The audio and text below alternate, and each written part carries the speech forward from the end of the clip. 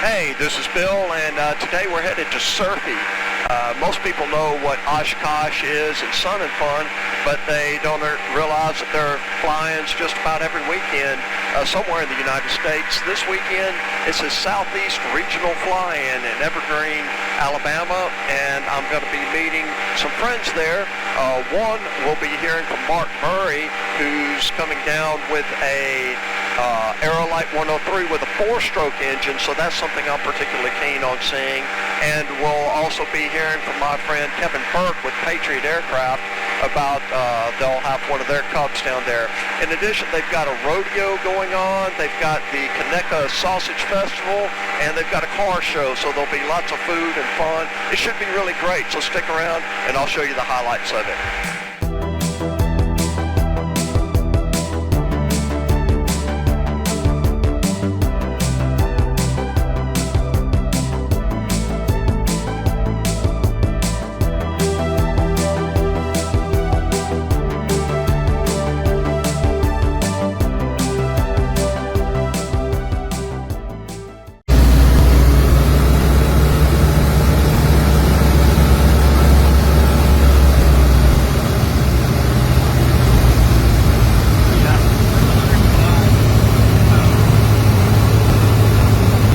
So here are all the planes that camped out for tonight.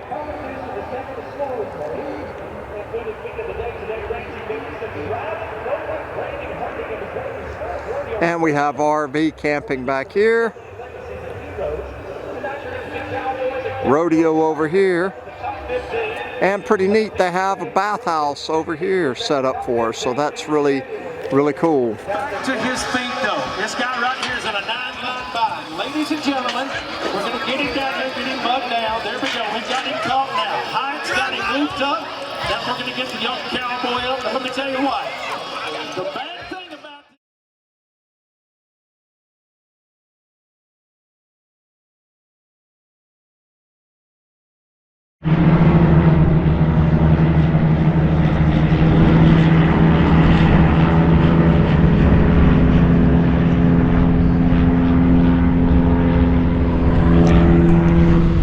Here we have a Just Stole aircraft. I know this plane. That belongs to John Foshi. He's the president of the EAA Chapter 822, of which I'm a member. There's a nice RV4.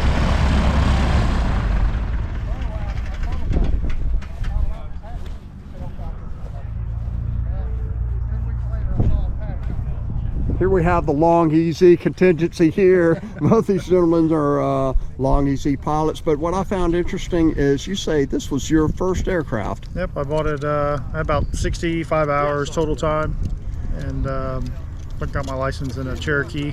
And people were like, oh, it's hard to fly, but really did transition training. And once you learn how to take off and land it, that's the only thing that's different. It's kind of very responsive compared to a Cessna or a Cherokee. So once you learn to fly it, now I can't fly a Cessna or a Piper. It's easy to fly. It's very forgiving. It's a cross-country machine. It's made to go places, you know. And the cool factor is through the roof. Yeah, you definitely get attention. Yeah, I come 250 nautical miles from Florida here, and it was an hour-and-a-half flight, you know. So wow. You know, there's a saying: if you see a Long Easy at a fly-in, they're not from around here. Yeah. So it's a good plane. We have a Cozy.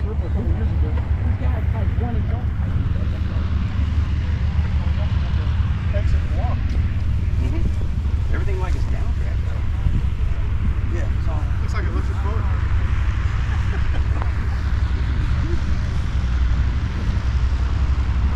Okay, I'm with Kenya. This is his Cozy, and I'm not going to tell you what he paid for it. I'm going to tell you the man got the deal of the century on this plane. But tell us about the plane. It was built by Pete out of Troy, Alabama. I got blessed to meet him, and his health was failing, so he allowed me to purchase it. And I met that through a friend of mine named Matt. And ever since then, I've just been tinkering with it a little bit here. Upgraded the wheel fairings, the nose landing gear, added the trailing fences onto the back of the wing, upgraded to a silver bullet prop. I think now I'm in the process of putting a 320 in it. And how many hours have you put on this one? Oh my goodness. I think I bought the plane before I got my license. Oh, really? Yes. So most of your flying hours are in this plane? Yes. I have probably about 200-300 hours or so now. I bought it, what, about 4 years ago? That's very interesting. I'm going to get a quick shot of the interior. It's a labor of love. Well, that is a cross-country machine. Yep, I upgraded the fuel caps, the fuel gauge, sight gauges. I put that on, but I still have to finish that up on the interior. I've just been doing minor mods here and there. Start on the outside, work with the inside.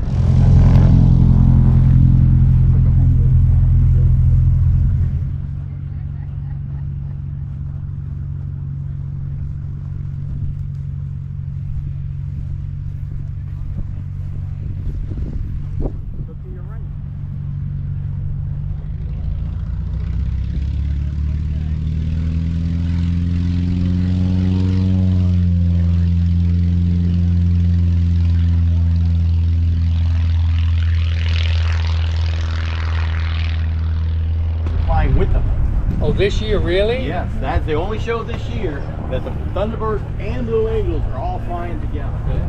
I know you've seen the Awesome show. Netflix you saw that. Take that.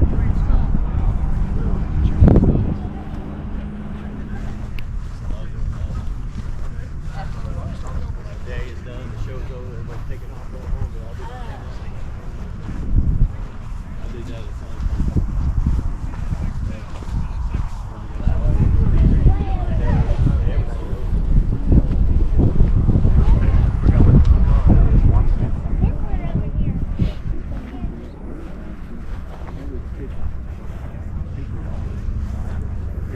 Well, it's a Cessna 172, much like 14,000 others. Where'd you fly in from, sir? Enterprise, Alabama, just right over the hill. All right. One of these. But what I'm more interested in is this one here. Is this your plane, sir? No, but I'm just going to hang their information sheet. They went off and left it at the registration desk.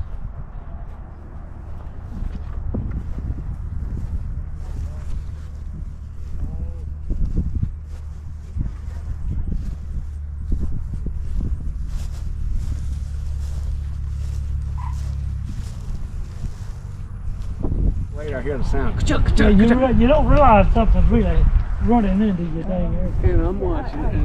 It was just kind of a goofy deal, didn't it?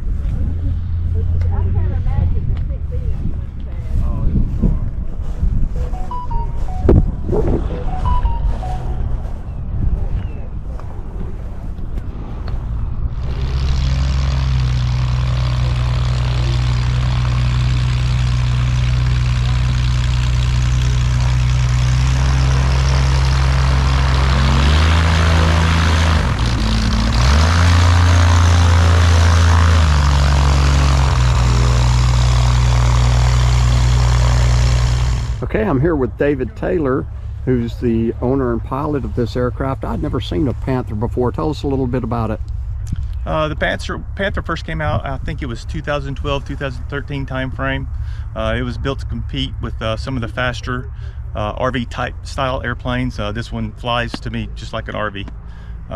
It's powered with a Jabiru 3300, 120 horsepower. So I get pretty good speeds out of it for that horsepower. And you came all the way from? Warner Robins, Georgia, flying out of Perry. Okay. And what kind of speed did you average here? Ground speed, I was getting about 160 to 170. Wow. I was true at about 150 miles per hour. Well, it's a beautiful plane. I love that color. Thank you.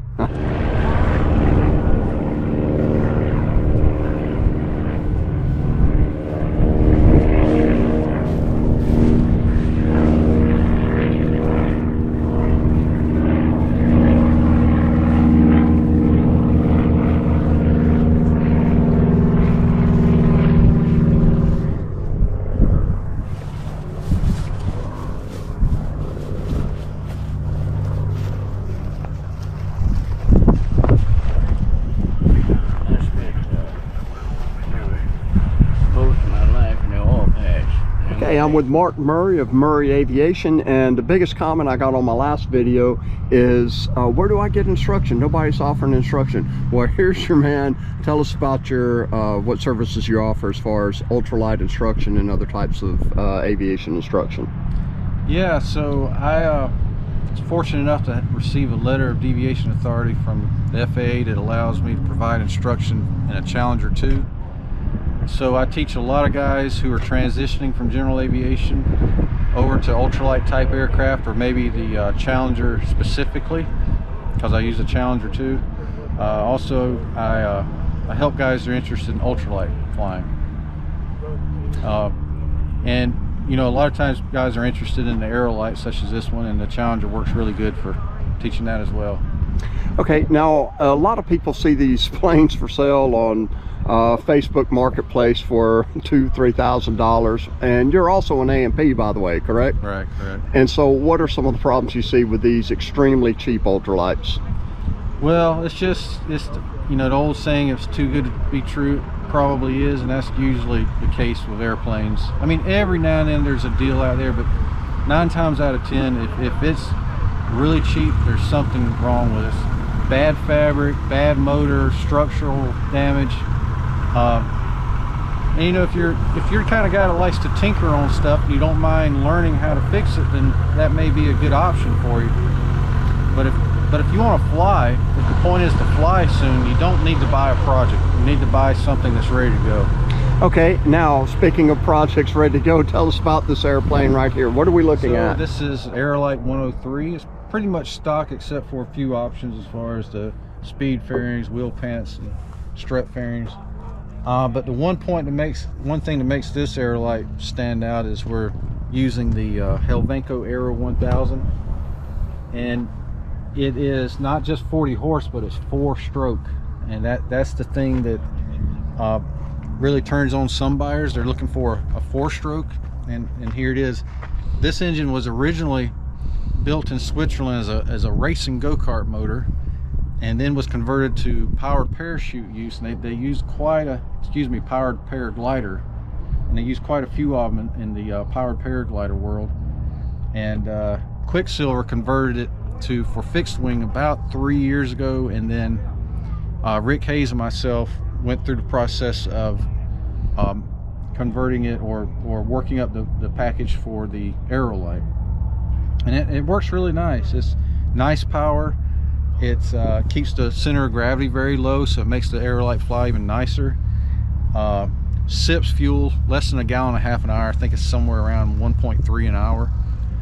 And so that makes a 5-gallon tank actually able to go somewhere. The 5-gallon tank makes a lot of sense at 1.5 gallons an hour.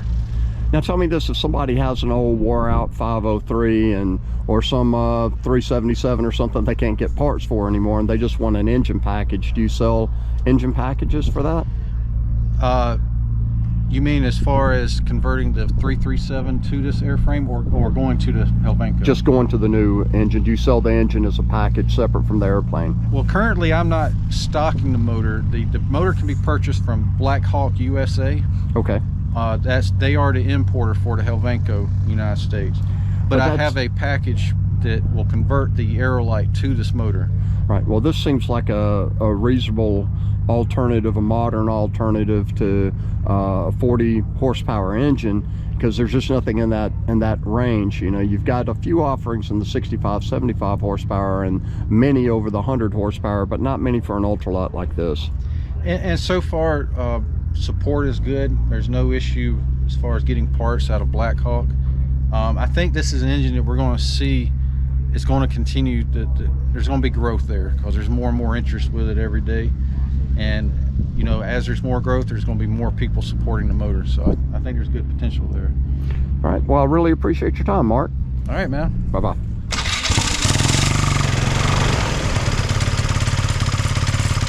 Wow, quiet. It's like a little scooter. It's got a clutch.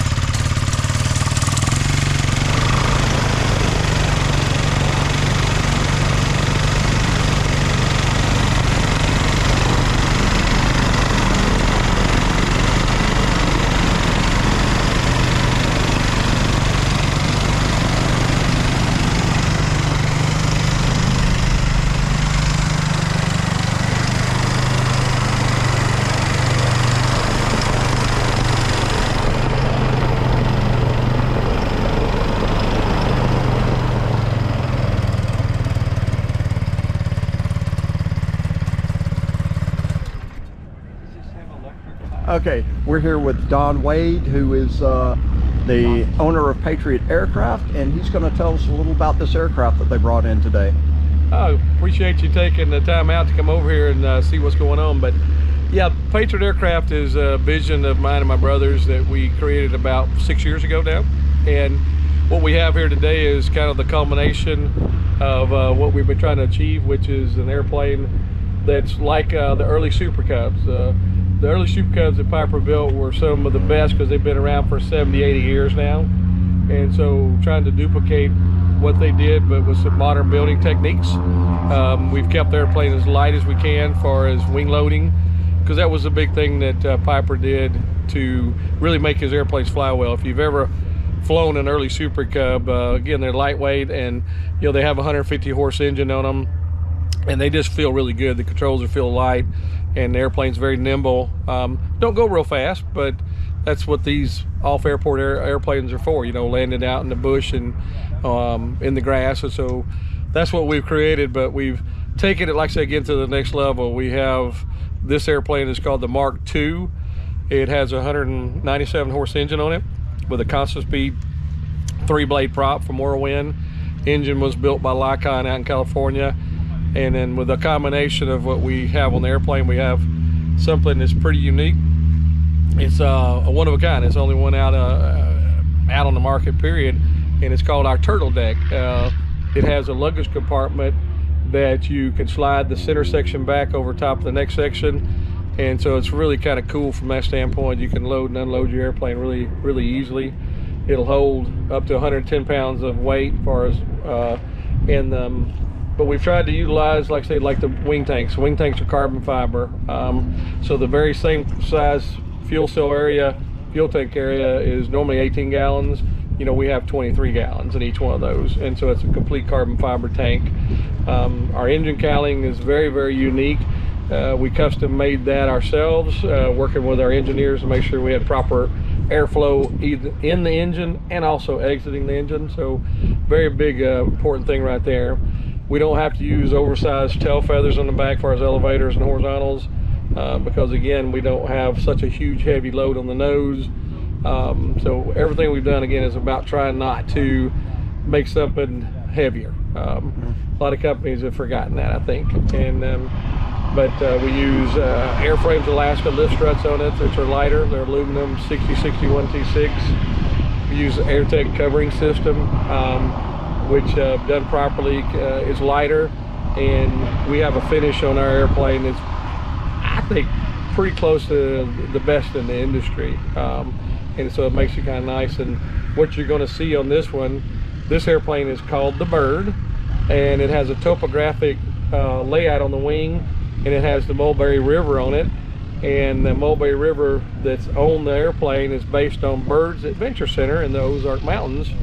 And so it's really kind of cool, very unique, which again, the whole airplane is, because she's got leather interior, it's IFR capable, it's got heated pitot tube, backup navigator, Garmin system in it, autopilot and everything, but yet it'll still land, you know, in under 75 feet and take off, take off in less than 75 feet and land less than 150 feet.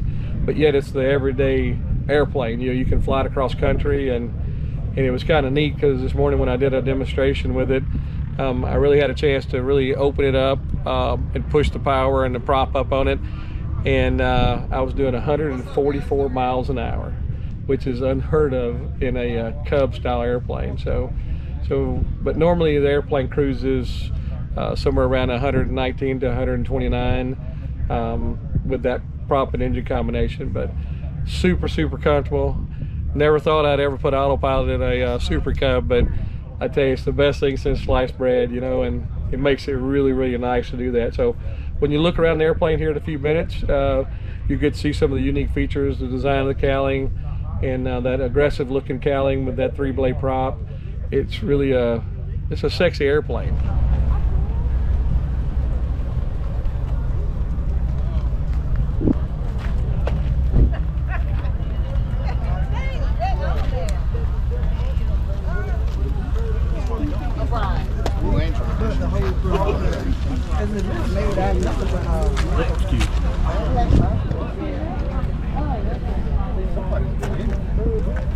probably left a bunch of ones. There were 20. Hey, you know. Pretty cars right here. Yeah, they